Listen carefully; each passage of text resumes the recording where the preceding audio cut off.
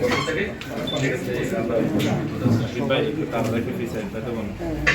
কোটি 29 লক্ষ টাকা এবং আমাদের কিভাবে আমরা রাজস্ব আয় করে থাকি এবং আমাদের কোন কোন পর্যায়ে আমরা ব্যয় করে থাকি বিভাগের সম্মানিত কর্মকর্তাবৃন্দ তাদেরকে আসসালামু আলাইকুম।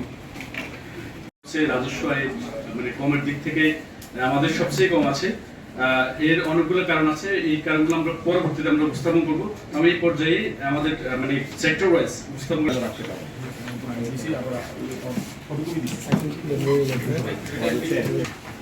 আগে আপনি প্রেক্ষাপটটা বলুন তো। সামনে আমরা উপস্থাপন করব এবং আগামী 3 মাসে কোথায় কিভাবে আমরা কোন অর্থ কোন প্রজেক্ট আমরা ব্যয় করলাম সেটি আবার 3 মাস পর পর আমরা কুমিল্লার সাংবাদিকবৃন্দ আসসালামু আলাইকুম ওয়া রাহমাতুল্লাহ।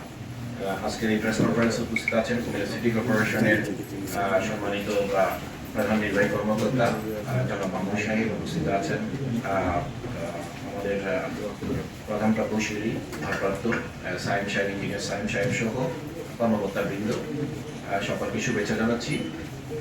আজকে মূলত আপনাদেরকে এখানে আহ্বান করা হয়েছে। আপনারা জানেন যে আমি গত 15 তারিখ আমি দায়িত্ব গ্রহণ করেছি।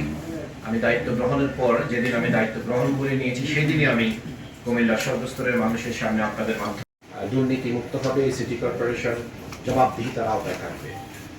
সেই জবাবদিহিতা নিশ্চিত করার লক্ষ্যে আজকের এই প্রেস কনফারেন্স। আমি দায়িত্ব গ্রহণে আমি কোন ফান্ড